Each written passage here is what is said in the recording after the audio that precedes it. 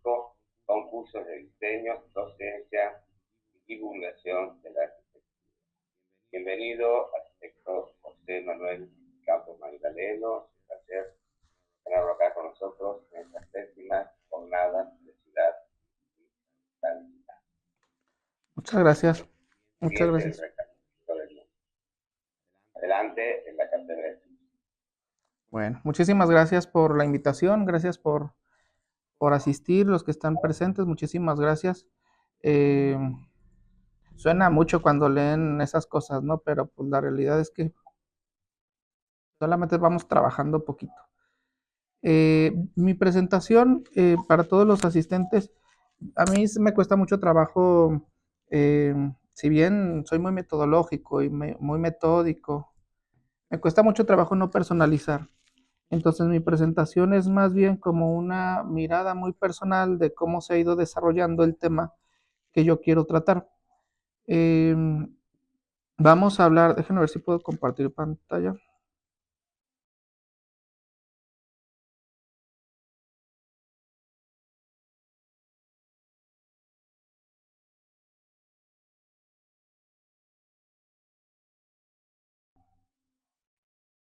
No sé si están viendo mi pantalla. Sí, se ve perfecto ahí en la pantalla. Sí, Correctamente. muy bien. Bueno, yo dirijo una oficina que se llama Campos Arquitectura. La oficina ya tiene varios años trabajando acá en la ciudad de Aguascalientes, México. Nosotros trabajamos en una ciudad media de México, una ciudad que tiene alrededor de 1 millón de habitantes, que es una de las ciudades, digamos, medias, porque a nivel nacional debe ser como la ciudad número 10 en número de población. No es de las más grandes, pero está como a la mitad. El estado de Aguascalientes es uno de los más pequeñitos, concentra menos del 1% del territorio del país y estamos ubicados pues en el centro, ¿no? Muy cerquita de Guadalajara, más o menos a unas 2 horas de Guadalajara, a 5 horas de la Ciudad de México y más o menos a unos eh, 6 horas también de la ciudad de Monterrey. O sea que de las tres ciudades más grandes del país estamos como ahí metidos en medio, ¿no? Bueno, yo además de ser arquitecto, pues soy docente desde hace bastantes años. Eh, para mí la docencia al inicio fue una especie de inquietud personal. em, que tenía sin saber lo que me iba a esperar el dar clases, ¿no? O sea, no tenía idea de a dónde iba a llegar. De hecho, pues era simplemente eso, una curiosidad, una posibilidad. Cuando, cuando yo decido tomar muy en serio esto de empezar, pues necesitaba un espacio para comenzar pues a ver si era algo que a mí me interesara realmente.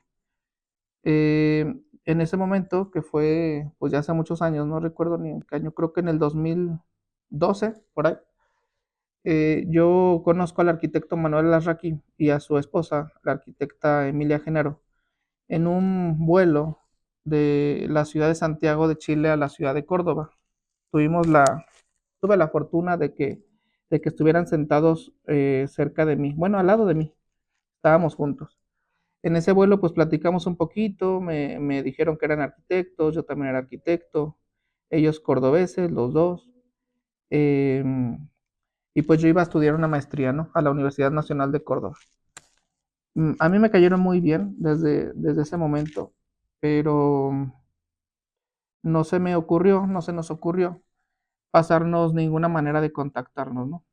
Nos vimos en el vuelo, estuvimos ahí platicando que serían 2, 3 horas y después pues los perdí completamente porque no, pues Córdoba también es una ciudad muy grande, seguramente muchos de ustedes la conocen.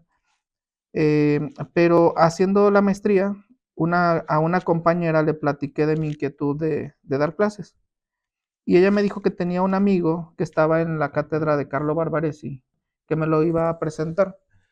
Cuando me llevó con su amigo, pues resulta que era el arquitecto Alarraqui, al que yo había conocido un año antes, porque pasó un año desde el vuelo hasta ese momento, un año antes, y pues ahora sí que él me ayudó a empezar, ¿no?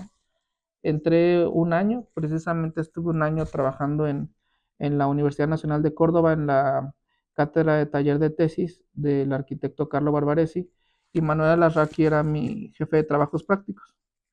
Ahí me di cuenta que la docencia era muchísimo más que dar clases, ¿no? La docencia era pues un proceso de aprendizaje continuo, en donde el docente, que supuestamente es el que enseña, pues en realidad es el que termina pues siempre aprendiendo, aprendiendo de cada una de las muchas visiones que tienen los alumnos de temas muy diversos. Esa cátedra es una cátedra, o era una cátedra muy abierta cuando yo estuve ahí, en donde había mucha libertad de proponer cualquier tema, cualquier escala.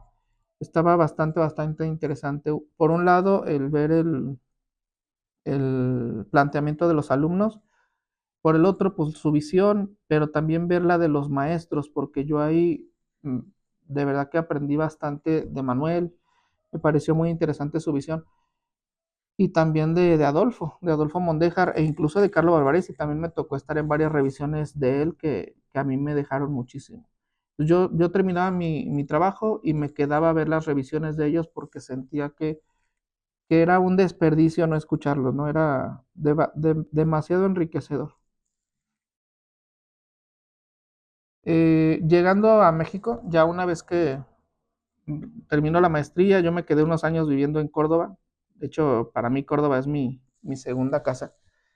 Eh, Llego a México y pues la inquietud de seguir con la docencia no se detiene. Para mí era muy importante mantener un paralelismo entre lo profesional y la docencia.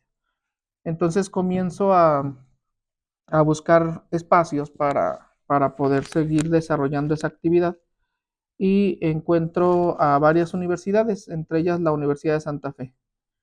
Eh, Cuando yo comienzo en la Universidad de Santa Fe, hubo un proceso muy interesante como de transformación de la docencia en la universidad, en que se nos pidió mucha eh, opinión a los docentes acerca de cómo podíamos mejorar la formación de los jóvenes. Entonces fue un periodo en el que casi que cualquier cosa que planteáramos, teníamos un apoyo muy importante de la universidad y pues lo podíamos gestionar y materializar de una manera pues bastante exitosa, muy efectiva. Y una de las cosas que planteamos algunos maestros desde el principio fue que el viajar para un arquitecto es una actividad, si no fundamental, sí muy importante, porque en los viajes de arquitectura, viajes de estudio, pues vemos, seleccionamos edificios o seleccionamos espacios o seleccionamos eh, arquitectos que nos parece que nos pueden aportar algo tanto a nivel académico como a nivel profesional a los alumnos y a los maestros, ¿no? Y entonces comenzamos una serie de viajes por varios lugares del país con varias generaciones de arquitectura, eh, y que se fue de a poco transformando hasta ser una actividad, digamos, como muy institucionalizada, no solamente ahí, sino después en otras universidades en donde también me ha tocado trabajar. Entonces, a lo largo de estos años hemos podido recorrer, por ejemplo, las imágenes que estamos mostrando, pues son de Monterrey, en la parte superior izquierda, el estadio BBVA, la tallera de Frida Escobedo en Cuernavaca, el museo de Juan Soriano también en Cuernavaca, la zona de Santa Fe, el Parque La Mexicana, que es un ejemplo muy interesante de intervención en un espacio que estaba muy desaprovechado de paisajismo, y generó pues eso, ¿no? Como un mini Manhattan. O la Universidad de Guadalajara, en Guadalajara, que también tiene unos espacios que proponen esquemas muy interesantes y una relación muy interesante entre lo público y lo semipúblico. Durante este periodo, pues visitamos muchas ciudades, eh, Puebla, Guadalajara, Monterrey, la Ciudad de México, Querétaro, bastantes ciudades de aquí de México y muchos edificios muy importantes a nivel arquitectónico de nuestro país. Ahí tenemos, por ejemplo, el Museo Jumex, que está en el Soumaya de Chipperfield, y pues tantos, ¿no? Hemos visto un montón. Entonces, creo yo que la actividad de viajar y de manera como institucional, o sea, como una actividad casi obligatoria para los alumnos, ha sido muy enriquecedora, no solamente en lo arquitectónico, sino también en lo social y en cómo podemos generar algunos vínculos con los alumnos que van más allá de la hora o las 2 horas que podamos aportarles en un salón de clases. Ver cómo se estructura una forma tan caprichosa como el Museo Sumaya y cómo el esquema se remata con una cubierta metálica que es transparente y que deja que la luz entre en esta rampa pues casi infinita, ¿no? Del esquema del Soumaya. Eh, el Museo del Barroco, por ejemplo, en Puebla, de Toyo Ito, el Soumaya ahí se ve desde el exterior. La foto de la superior izquierda, en donde el Caradura aparece en primer plano. Eh, Fue un viaje internacional, de hecho ya este año pudimos salir de México, esa foto es en Bogotá, estuvimos en Bogotá y en Cartagena hace un par de meses con un grupo de alumnos también. Ya no solamente como una actividad de la universidad, sino como una actividad propia de Campus Arquitectura, en donde pues buscamos eso, ¿no? Alumnos que estén interesados en, en aprender un poco más que lo que se aprende en un salón de clases.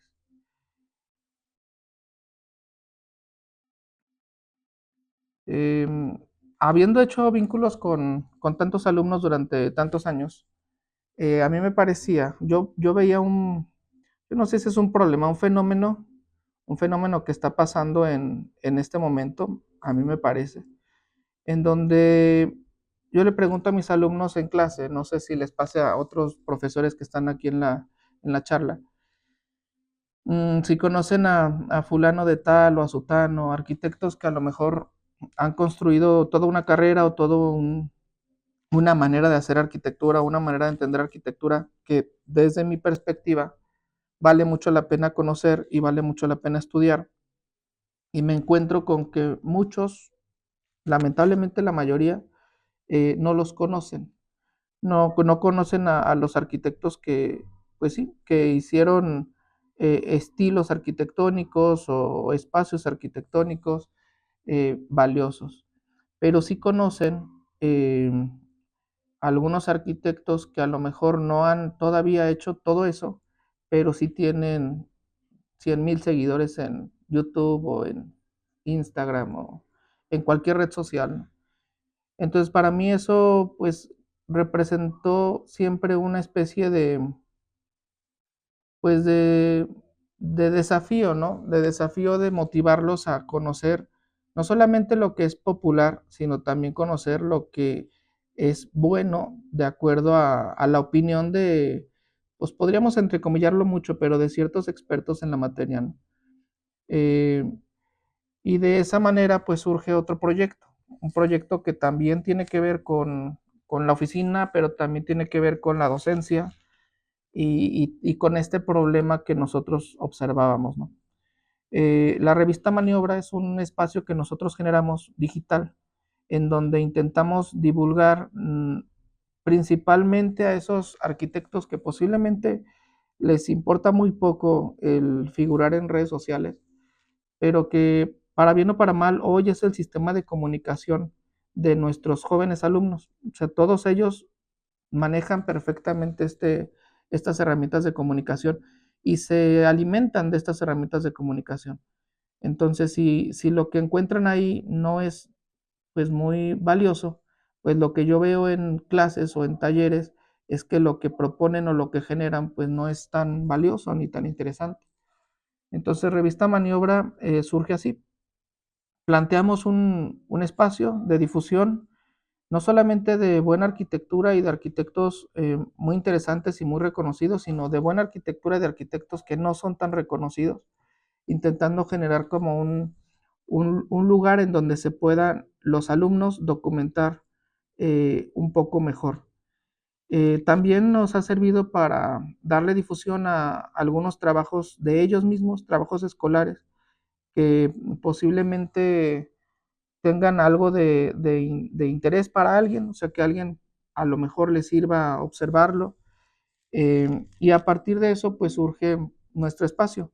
Este espacio nace con la idea de ser primero un espacio físico, como una revista tal cual, pero también debido a las enormes dificultades de comunicar así a los jóvenes, pues tomamos la decisión de enfocarnos más en el mundo de ellos, en las redes sociales. Entonces es un proyecto que existe principalmente en Instagram y también un poco en Facebook. También tiene TikTok, también tiene YouTube, o sea, el ecosistema de redes que existen, pero siempre cuidando que el objetivo principal sea intentar como filtrar lo que nosotros consideramos que tiene mucho valor para un joven alumno de la carrera de arquitectura. Mucho de lo que hemos publicado también ha sido, digamos, generado con esos viajes. Muchos de los elementos que publicamos son fotografías de los mismos alumnos que nos comparten durante estos viajes. Otros nos los comparten los espacios, los estudios, los arquitectos, u otros simplemente son públicos y nosotros los recompartimos, ¿no?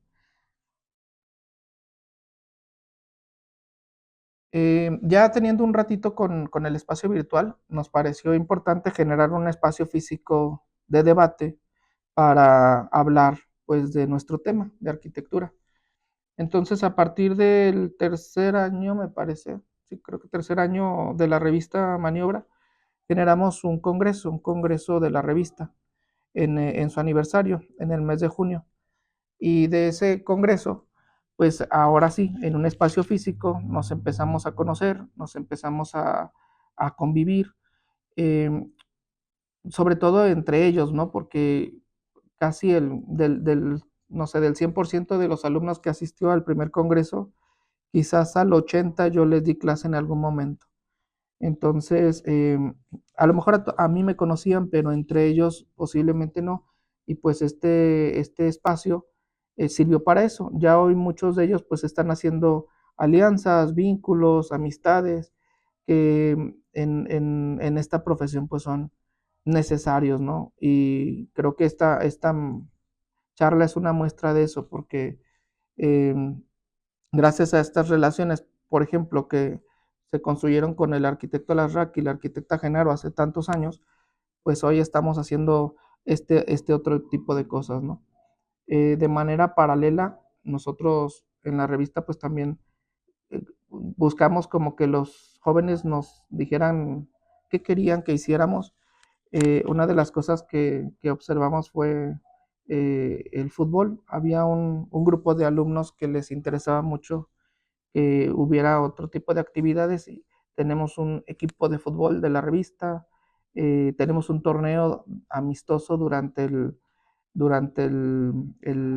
espacio, los 3 días que dura el Congreso, eh, amistoso, aunque, bueno, el fútbol acá no es tan apasionado como lo es allá, eh, pero bueno, hemos estado como experimentando con cosas que están fuera de lo que tradicionalmente hace un docente, me parece.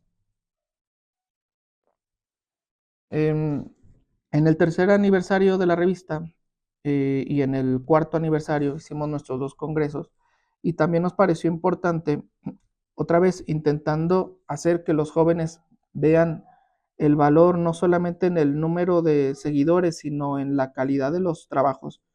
Em, Hicimos una propuesta para darle un premio a la trayectoria a arquitectos locales porque por su trayectoria consideramos que le han hecho una aportación importante a la ciudad desde la arquitectura, ¿no? Entonces, en el primer congreso le dimos un premio al arquitecto Basol. Ese elemento, digamos, ese trofeito, por así decirlo, que es el que está en la fotografía de la derecha, superior derecha, eh, ese lo hicimos nosotros en la oficina, y el segundo, que es el que está debajo de ese, ya fue un concurso que nosotros lanzamos en el segundo congreso a los alumnos para que ellos propusieran cómo tenía que ser el, el presente que se le entregara al arquitecto por su trayectoria. Entonces ese segundo pues tiene un valor simbólico más importante porque ya hubo una participación más intensa de los alumnos. Se hizo un concurso, se hizo un jurado, se fabricó el premio, ellos mismos lo fabricaron. El premio ese año se le dio al arquitecto Arturo Revilla. Y, y bueno, los arquitectos también tuvieron un espacio para pues sentirse homenajeados, apapachados por la comunidad joven de arquitectos de la ciudad, ¿no? También hicimos otros concursos, como el concurso de fotografía, el concurso de renderizado, hicimos algunos de estructuras, experimentamos con varias cuestiones. En el segundo congreso, nosotros trabajamos ya más en forma un ciclo de conferencias. Incluso hubo una oficina de allá de Argentina, de Formosa, que nos acompañó, Red Copora, y buscamos pues seleccionar igual pues a los profesionales que, creemos que les pueden aportar algo a los jóvenes. Hace rato decíamos que lo importante de la formación, no solamente del aula, sino por ejemplo una conferencia, creo que, creo que suma bastante.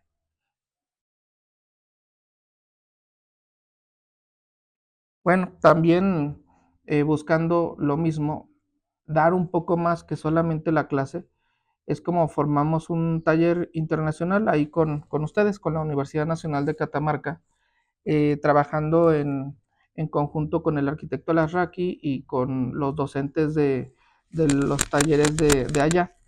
Armamos un taller conjunto en donde ya por segundo año consecutivo presentamos diferentes proyectos de nivel urbano, y al final tenemos una especie pues de retroalimentación conjunta en donde se seleccionan varios trabajos de acá y varios trabajos de allá, y hacemos un cierre con, pues con una crítica, ¿no? Que yo creo que es súper valiosa para los jóvenes de acá, ver la visión de allá, y quiero pensar que también para los de allá ver una visión distinta.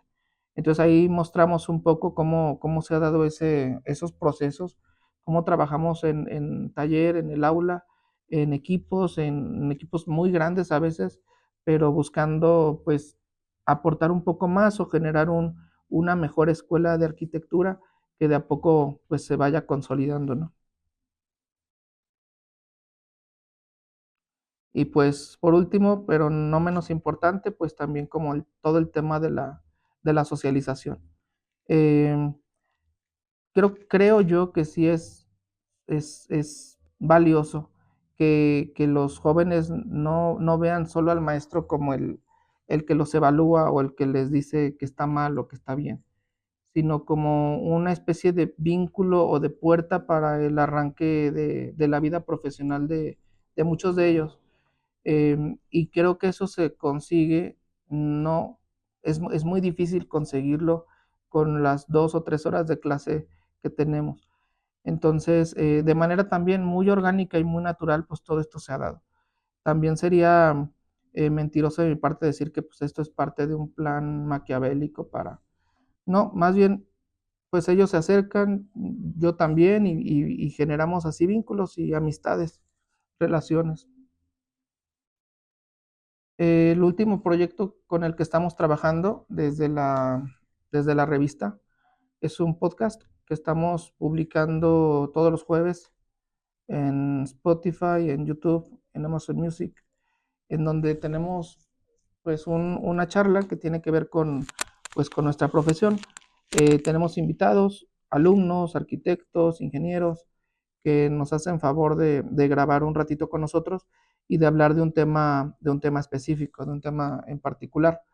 Es un proyecto muy reciente, ya tenemos un rato nosotros trabajando con él, ya tenemos algunos grabados, pero hemos publicado 4, ayer publicamos el cuarto recién. Entonces, recientemente salió a la luz, pero pues es un proyecto que ya tenemos un ratito también trabajando.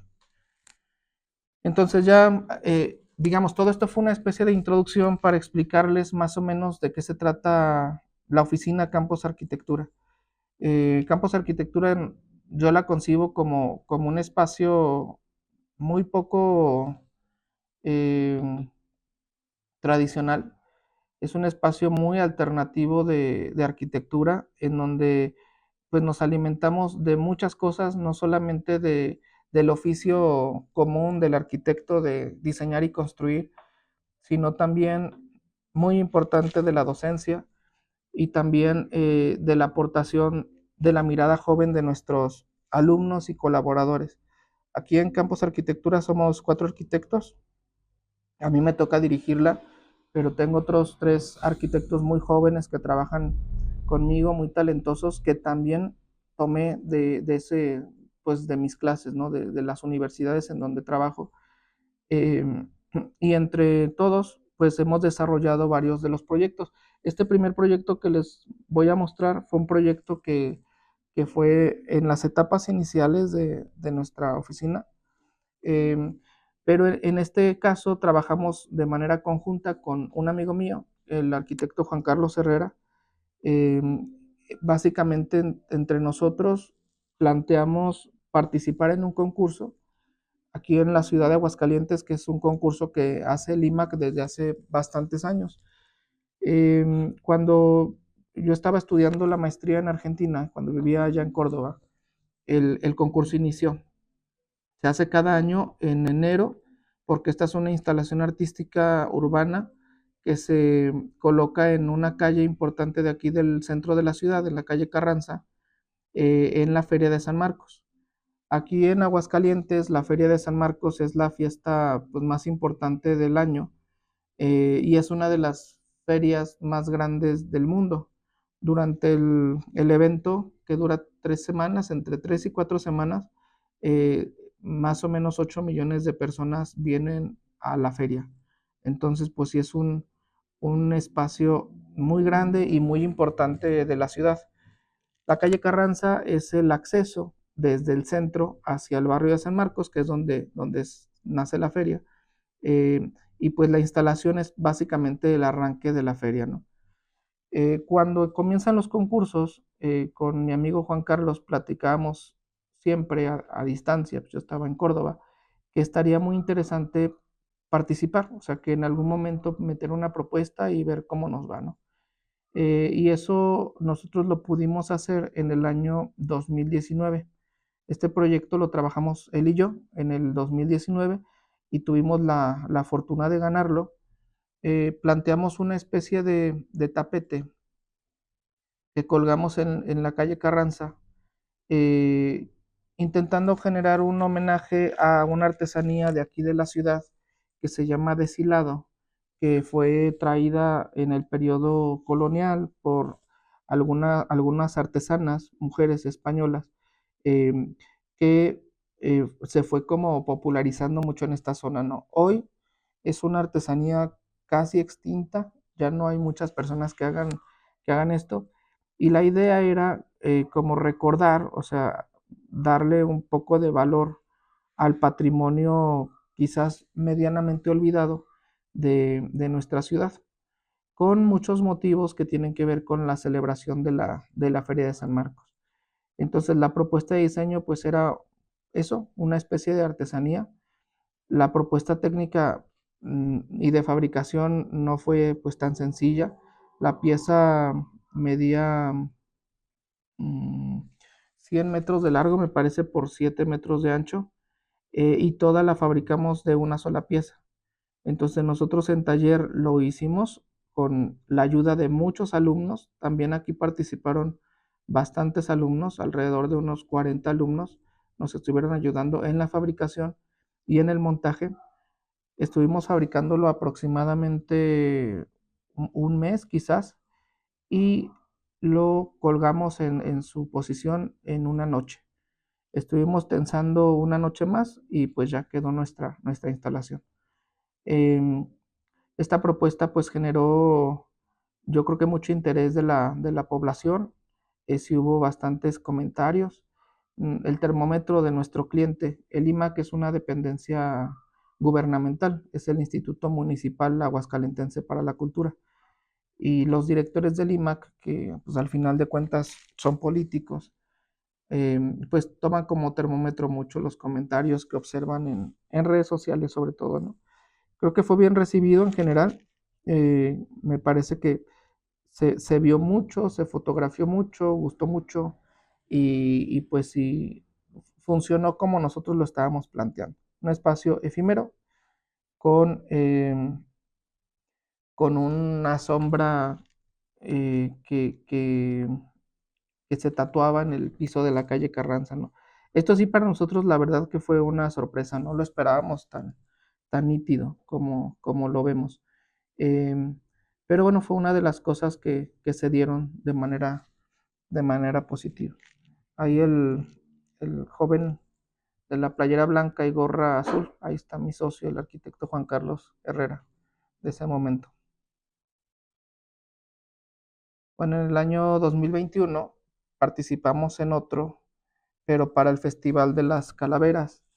Em, por ahí en Argentina no es tan común, o en otros países, pero aquí en México el Día de Muertos es una celebración demasiado importante. Acaba de pasar, de hecho, hace unos días. Em, es una de las fiestas más importantes del año.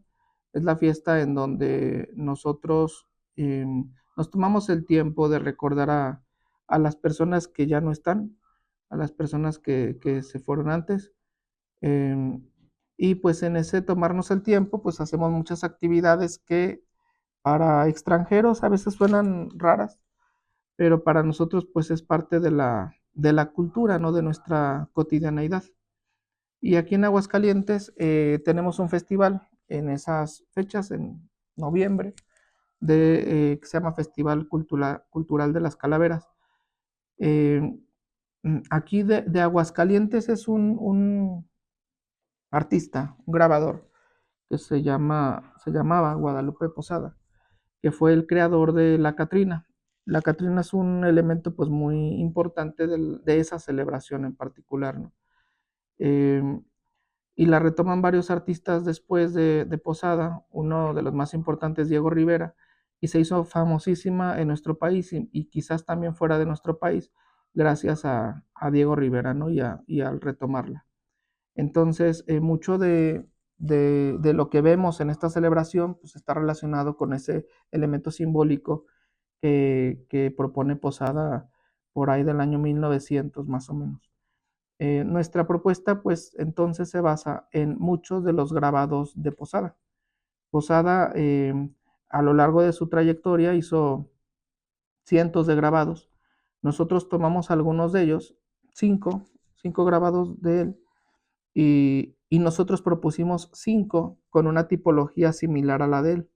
Entonces, con esos 10 diferentes diseños planteamos pues esta pieza que tenía pues muchísimas piezas hechas de polipropileno, todas cortadas con láser, pintadas a mano, todas unidas en estas interminables líneas. Fue un trabajo muy pesado, muy, muy pesado. También lo hicimos en sociedad con el arquitecto Juan Carlos Herrera y también nos ayudaron bastantes alumnos aquí. Aquí yo creo que hubo en algún momento hasta 100 alumnos ayudándonos en, en la, en la fabricación y en el montaje, en el ordenar todas las piezas. Fue de verdad bastante complejo, muy pesado este trabajo. Yo pienso que al final el resultado pues fue muy bueno. Me parece que fue muy interesante. Acá tenemos algunas imágenes de las piezas un poquito más de cerca y también de cómo se dio el montaje, de muchos de los alumnos que estuvieron ahí en diferentes momentos, pues ayudándonos a realizarlo. Em, Acá lo que me gustaría enfatizar es que estos proyectos, o sea, estos concursos, hubieran sido imposibles de hacer sin los alumnos. Si nosotros no hubiéramos puesto en la ecuación tanto de la mano de obra como en la ecuación económica, como en la ecuación del tiempo a los alumnos, a la ayuda de los alumnos, esto hubiera sido imposible. Ha habido ya muchos otros proyectos antes y después de los nuestros en esta calle y todos pues los ganadores de los concursos han tenido ese desafío, no tienen ese ejército de personas que nosotros sí tenemos ayudándonos y pues les complica muchísimo la ejecución. Teniendo el ejército a nosotros se nos complica mucho, sin tenerlo pues es prácticamente imposible. Entonces nosotros encontramos una estrategia muy interesante de poder materializar ciertas ideas, dándole crédito a quien se lo tenemos que dar, eh, con recursos muy limitados, porque pues los recursos para la cultura, no sé allá, pero acá son muy cortos comparados con los recursos que tienen pues muchas otras ramas del presupuesto. Eh, pero pues encontramos la manera, ¿no? A través de la generosísima ayuda de nuestros alumnos. Y pues ya conceptualmente nosotros vemos al fondo, en la imagen central, se ve al fondo el Cerro del Muerto. Sí tenemos una obsesión con los muertos un poco, parece. Ahí tenemos el Cerro del Muerto. En el Cerro del Muerto tenemos el poniente, ahí se mete el sol, exactamente. Entonces planteamos en el concepto una gama de colores que tenía que ver hacia el amanecer, hacia el oriente con el amanecer y hacia el poniente con el atardecer, con el ocaso, con la noche. Y en el centro esta pieza que vinculaba un poco el mundo con el inframundo, ¿no? En las culturas prehispánicas de acá también hay una vinculación con el inframundo a través en los mayas, por ejemplo, se daba a través de los cenotes, se podía llegar al Mictlán, así se llama el inframundo. Eh, y por eso, por ejemplo, hoy vemos pues ofrendas o sacrificios humanos dentro de muchos de los cenotes que están en la península de Yucatán. Así que si les ha tocado viajar para acá y se han metido a nadar a un cenote, pues a lo mejor estaban nadando en un altar de muertos, ¿verdad? Y en el año 2023 propusimos otra instalación también para la Feria de San Marcos, también en sociedad con el arquitecto Juan Carlos Herrera, en donde se conmemoraba un aniversario importante de la llegada del ferrocarril a la ciudad de Aguascalientes. Para Aguascalientes, el ferrocarril fue un punto central importantísimo. Fue el primer boom de población importante de la ciudad. Hay una zona muy grande en donde estaban los talleres nacionales del ferrocarril. Acá se fabricaban locomotoras, se reparaban locomotoras, y todo está aquí en la ciudad como patrimonio industrial, patrimonio histórico y artístico de Aguascalientes. Entonces hubo un artista plástico, Tito, de aquí de Aguascalientes, que propuso una locomotora de juguete de madera de una escala importante. Entonces él nos decía que él quería que nosotros acompañáramos su instalación terrestre con una instalación aérea, porque había visto las instalaciones aéreas que habíamos hecho y le habían parecido interesantes, quería que complementáramos su trabajo, ¿no? Entonces él nos presentó un boceto que a nosotros nos pareció que tenía mucho más potencial de lo que él quizás estaba viendo en ese momento. Y planteamos esto, un elemento compuesto por muchas telas, es un material textil, con un plano seriado que genera pues movimiento de manera muy suave, muy sutil, eh, intentando emular pues el humo que sale de la locomotora del ferrocarril. Eh, esta pieza estéticamente a mí me parece pues muy interesante. Técnicamente me pareció que lo pudimos haber resuelto un poco mejor. Nos generó muchas complicaciones de mantenimiento durante el mes que estuvo colgada ahí. Eh, pero pues, al final creo que el resultado otra vez me parece que fue interesante, un resultado que pues que explora cosas, ¿no? Y nuevamente con un montón de alumnos de arquitectura ayudándonos a realizarlo, a llevarlo a la realidad, ¿no? Entonces esta dinámica de las instalaciones artísticas se ha convertido en un, pues en una relación ya que se da de manera muy intensa con muchos alumnos, que incluso pues me preguntan, ¿no? ¿Cuándo va a ser la siguiente para ver en qué podemos ayudar? Hay alumnos que simplemente se acercan a ayudar sin recibir absolutamente nada más que quizás dos botellitas de agua durante la noche, o sea, nada. Hay otros con los que podemos gestionar, por ejemplo, algo como una liberación de servicio social. Acá en México es obligatorio para los alumnos universitarios hacer servicio social. Entonces eso se hace en alguna dependencia institucional de gobierno. Entonces, como son dependencias las que nos contratan, pues podemos gestionar ahí liberaciones. eh, y son muy pocos, realmente muy pocos los que son realmente pagados, o sea, como un trabajo, ¿no? Insisto, sin esta dinámica, pues sería prácticamente imposible desarrollarlos. Y hemos hecho otros proyectos que se quedaron en proyecto, que también aquí los hemos trabajado, los hemos desarrollado. Aquí tenemos uno que intervenía incluso la Casa de la Cultura de aquí de la ciudad. Eh, este año presentamos que fue un homenaje a una canción de aquí de Aguascalientes que habla de la feria, se llama La Pelea de Gallos. Entonces planteamos pues estas estructuras, ¿no? Em, y bueno, el, las posibilidades del espacio pues son interesantes por el eje clarísimo que tiene y por la importancia del patrimonio urbana y pues desde varias perspectivas que la calle nos da. Planteamos algunos elementos que aparecían en el traje típico de Aguascalientes. Aquí siempre ha sido, dejó de serlo un tiempo, pero ya se está retomando una tierra vinícola en donde se produce vino. Eh, entonces queríamos jugar con los colores de un viñedo y también con las colas de los gallos, ¿no? Y estos proyectos son algunos proyectos que hemos estado trabajando en estos meses para otros lugares de aquí de Aguascalientes, de lugares del interior, en donde pues ya hemos tenido acercamientos y pues parece que todo va avanzando.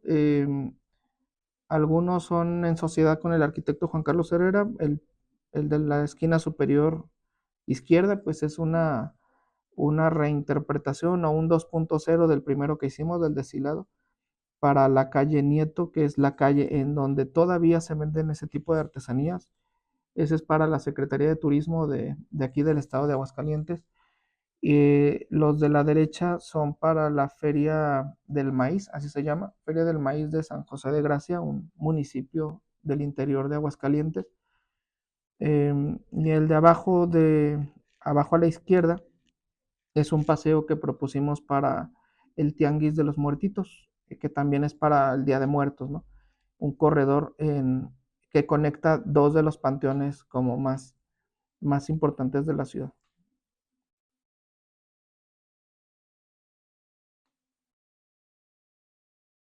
Bueno, y por último, para ya no cansarlos más, les voy a presentar el último proyecto que hicimos. Este proyecto lo acabamos de desmontar. Estuvo puesto aquí en el centro de la ciudad durante un mes. Esta es la propuesta que nosotros hicimos. Esto fue lo que le presentamos al municipio de Aguascalientes por el aniversario 450 de la fundación de la ciudad. Nos pidieron que nosotros hiciéramos una propuesta en donde quisiéramos y como quisiéramos. Nos dieron libertad total. Entonces nosotros encontramos un espacio que nos pareció muy interesante, un andador muy ancho que se genera entre la catedral de la ciudad y el teatro, se llama Teatro Morelos, que es un edificio histórico de la ciudad en donde se firma la soberana convención revolucionaria de nuestro país, ¿no? Por allá de los principios de 1900. Fue un momento histórico muy importante para el país y se dio en ese teatro. Entonces estamos como rodeados de los, de dos de los edificios más importantes a nivel patrimonial de la ciudad. En ese eje nos gustó que al final de ese eje hay un remate. Tenemos una escultura, una columna que se llama Excedra, que está coronada por el águila devorando la serpiente. Entonces, pues nos autorizaron el lugar, nos autorizaron el proyecto, nos pidieron que no tocáramos nada porque todo es patrimonio, pero pues bueno, fue autorizado. Nuevamente, pues aquí en la oficina, trabajando con mucha anticipación y en sitio, pues lo mismo, ¿no? Con ayuda de pues, muchas personas que nos fueron auxiliando. Entonces, pues la propuesta se basaba en generar una estructura que no fuera invasiva. Pusimos varios cuerpos de andamio, fueron 24, me parece, 24 cuerpos de andamio, unas estructuras metálicas hechas con semiflecha y que estaban conectadas entre sí con piola, con hilaza, material que se utiliza mucho en la construcción también, cuidando el eje que les comentaba para que el elemento enmarcara el águila que se ve al final, ¿no? La pieza se llama Emprender el vuelo porque la idea era que nuestra pieza fuera como una extensión de las alas del águila, intentando pues volar, ¿no? Salir de su columna y ver hacia el futuro, pensando en el pasado de Aguascalientes, pero también en el futuro de nuestra ciudad. Entonces el proceso de fabricación, igual, pues jornadas muy largas, trabajar todo el día y toda la noche, eh, pues cuidando pues la seguridad, cuidando la estabilidad, pero también cuidando pues la estética y el proyecto, ¿no? Que al final se dé lo que nosotros esperábamos que se diera.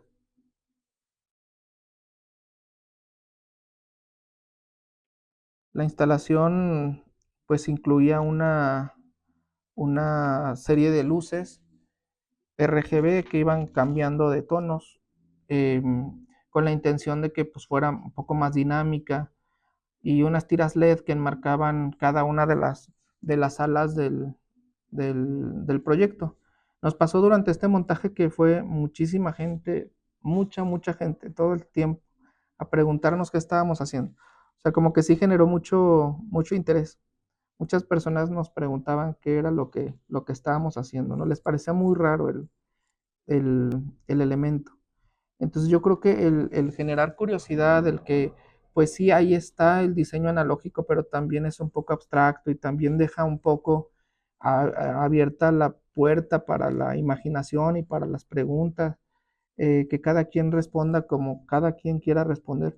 Yo creo que eso se logró muy bien en este proyecto, creo que lo conseguimos bien. La imagen de la izquierda, yo la tomé, a mí me gustó mucho ver eso. El señor llegó, se paró, estuvo ahí unos 5 minutos observando hacia arriba. De hecho, me dio mucho tiempo de tomar la foto porque pues no nos preguntó, él estaba haciendo eso, estaba intentando él entender qué era eso, ¿no? Lo estaba apreciando.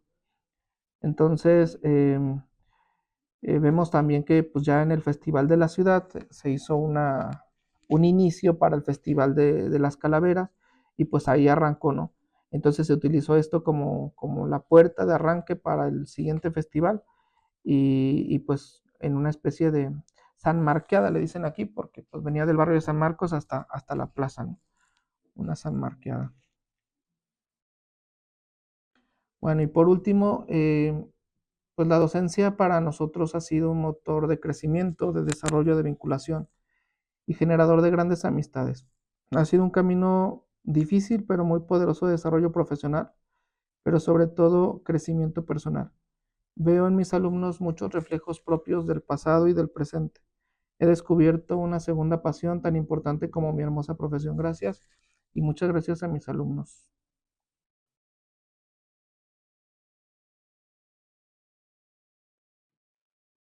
Y ahí lo vemos a Carlos Herrera. Ahí está Carlos Herrera. Hola Carlos, bienvenido. Felicitaciones, amigo mexicano. Y gracias, arquitecto Manuel Campos Magdaleno. Realmente es muy motivadora su presentación, ¿no? Y el sentido que le has dado a la función,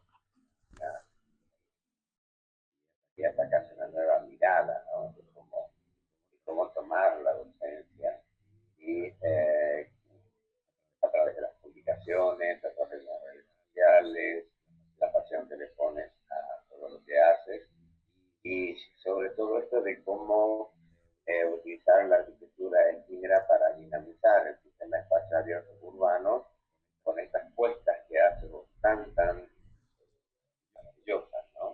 El primero que mostraste, ¿no? Es el tejido, me hizo recordar, no sé si tendrá algo que ver, pero vinculé con el tejido mallorquí de la ciudad de Mallorca, que tiene mucha influencia árabe y es posiblemente que pueda ser que venga desde aquí. Seguramente porque, bueno, pues a nosotros nos llegó mucha influencia árabe a través de la conquista. Entonces, Claro. seguramente fue así. Lo que nosotros alcanzamos a investigar era que si era una artesanía muy del sur de España. Entonces, es muy posible que haya sido influencia árabe. Ujú. Sí. Toda Andalucía tiene la influencia islámica, ¿no? Y Ujú. también las Baleares. Ella las presentaciones. Muchas gracias. Muchas gracias. Sí, a propósito de algunos de los detalles de la instalación, ustedes no tienen problemas con los vientos, ¿no es cierto? Sí, yo comenté en el del tren que hubo muchos problemas de mantenimiento. El trenecito que estaba abajo vibraba y en algún punto se medio levantaba y pesaba más o menos 300 kilos.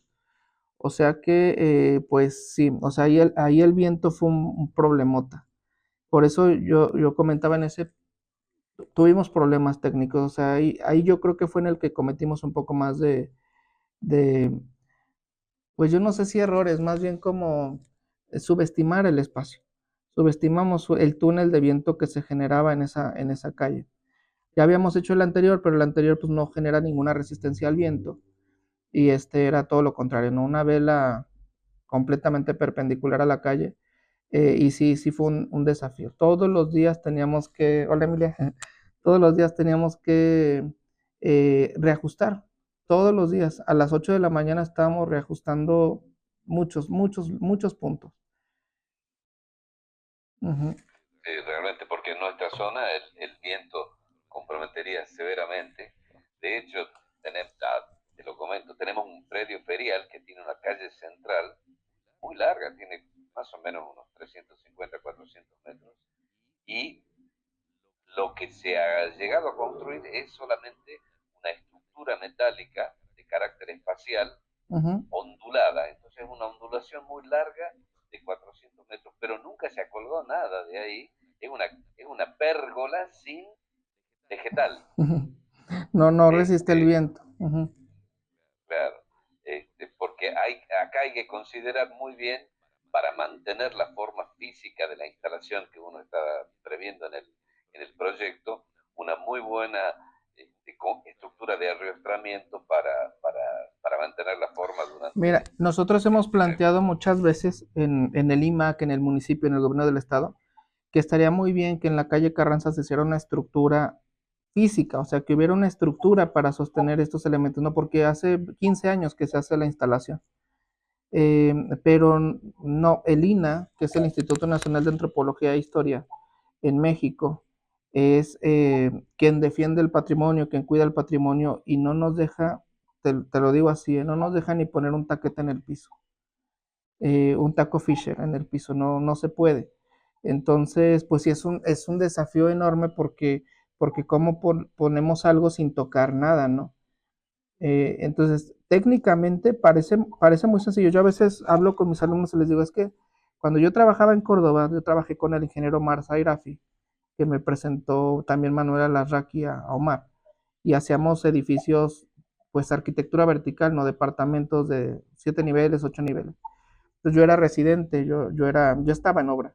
Y les digo a mis alumnos, nunca me estresé tanto en la obra de un edificio de 8 niveles como me estreso en las instalaciones estas que se ven tan simples y tan sencillas, porque se enfrenta uno a desafíos que no son como muy comunes, porque como bien dice Florentino, la arquitectura efímera pues tiene sus propias reglas también, tiene sus propios materiales y es desafiante técnicamente en muchos sentidos, ¿no? Entonces, pues sí, ha sido todo un experimento y hemos hecho muchas que han funcionado, muchas que han medio funcionado, hemos aprendido de nuestros errores, pero pues sí ha sido un aprendizaje constante. Sí, realmente muy bellos los resultados obtenidos.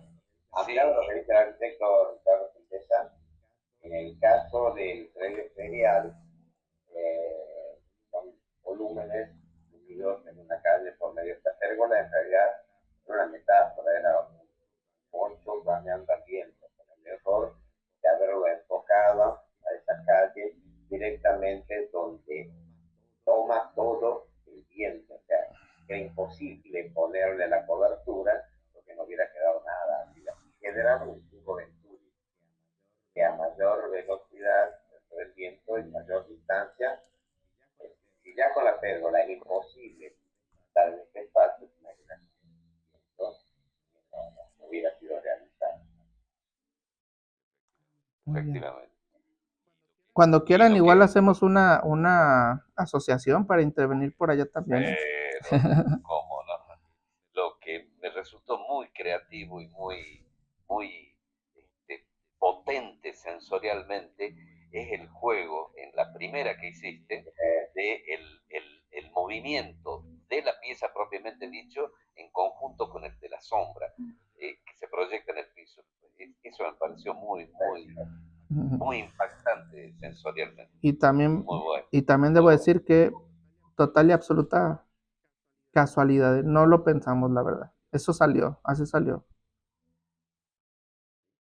Sí, a mí también me encantó. En abril, que es cuando es la feria de San Marcos, eh, son días muy soleados, no hay nubes, o sea, el cielo es azul, azul, azul.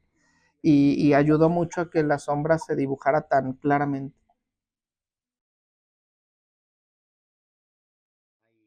Ahí comentaba ayer en la conferencia del arquitecto del doctor Fernando Salinas que con esto de la dinámica del concepto de patrimonio, yo no sabía que acá había una comunidad mexicana en Catamarca y este año, hace unos días, han puesto la primera fiesta de los muertos en Catamarca, con el disfraces y la música, y aparte con todas las comunidades. Me sorprendió, ¿no? Porque nunca me imaginé que a tanta distancia nos apareciera Mexicanos. Somos un bicho difícil de aniquilar. Sí, sí, sí. ¿Y qué te pareció la fiesta de los muertos? El Día de Muertos.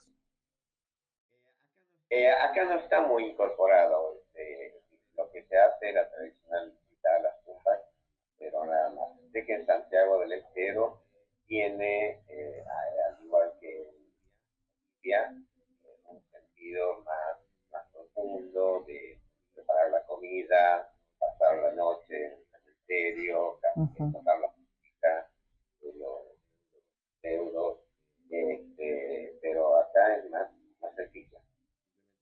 Simplemente el acto de llevar flores, rezar, Ok. muy bien. Quizás te parece una tontería romántica, pero yo cambié mi forma de percibir la fiesta de los muertos después de la película Coco y de Recuérdame. Fíjate que yo, Tiene Sí, Esta tiene otro ángulo. yo como mexicano y muchos mexicanos antes de ver la película, es como Disney va a deformar nuestra tradición, ¿no? Pero la verdad que lo hicieron muy bien, o sea, sí retrataron muy bien de qué se trata el día ese. Sí, es eso básicamente, ¿no? Es como el tener claro que mientras las personas sean recordadas no se van, aquí están.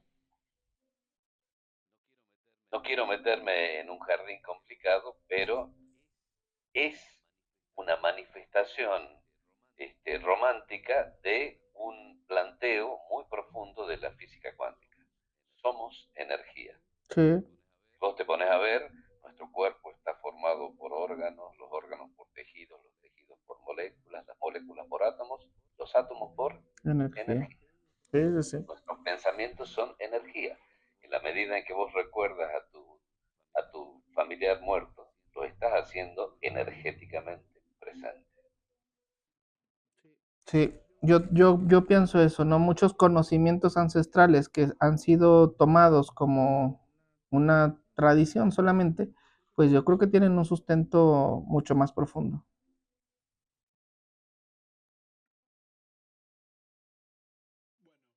Bueno, Manuel, se nos cortó la electricidad, así que quedamos con el teléfono y la conexión, pero igual estuvimos los dos viendo muy atentos tu charla y queríamos felicitarte y agradecerte, ¿no? La vimos con Emilia, bueno, estábamos como muy intrigados ambos, ¿viste? Me decía, yo quiero verla. Porque, a ver, sabíamos, para que todos nos entiendan, sabíamos de esas acciones de Manuel, pero no conocíamos la cocina, ¿no? Lo que estaba por detrás, así que... Sabíamos lo que se ve en las redes. Claro, exactamente, así que Muchas gracias. agradecidísimo. No, muchas Hola gracias. Emilia. Hola Emilia, ¿cómo te va? ¿Cómo estás? ¿Todo bien? Ahora, Emilia, ¿Qué? admirable, Manuel, la capacidad de convocatoria de los alumnos, es decir, cómo los alumnos sienten identificados en el proceso y colaboran y trabajan. No es fácil. Porque la No, cosa es quedarse toda la noche ahí sí, ayudando a lograr la obra. la verdad que yo agradecidísimo con ellos, o sea, qué sé yo, no sé por qué, o sea, no sé por qué están dispuestos a apoyarme tanto en tantos proyectos, pero pues sin ellos no habría manera de hacer nada de esto, porque si es un desafío en nuestros países, el presupuesto siempre es un desafío tremendo. Eh, es un desafío poder desarrollar conceptos o poder desarrollar propuestas y sin ellos sería imposible, completamente imposible. Entonces, pues sí, son ellos en realidad los que han logrado que esto se pueda hacer. Cuando te plantees un problema de esta naturaleza, imagínalo al problema como una ecuación. Empieza a sacar alguno de los factores y fíjate qué pasa. Te vas a dar cuenta que el factor sos vos. Te siguen porque tenés la capacidad de inspirarlo, como bien dijo Ricardo Palacios, y eso recluta voluntades y recluta actitud.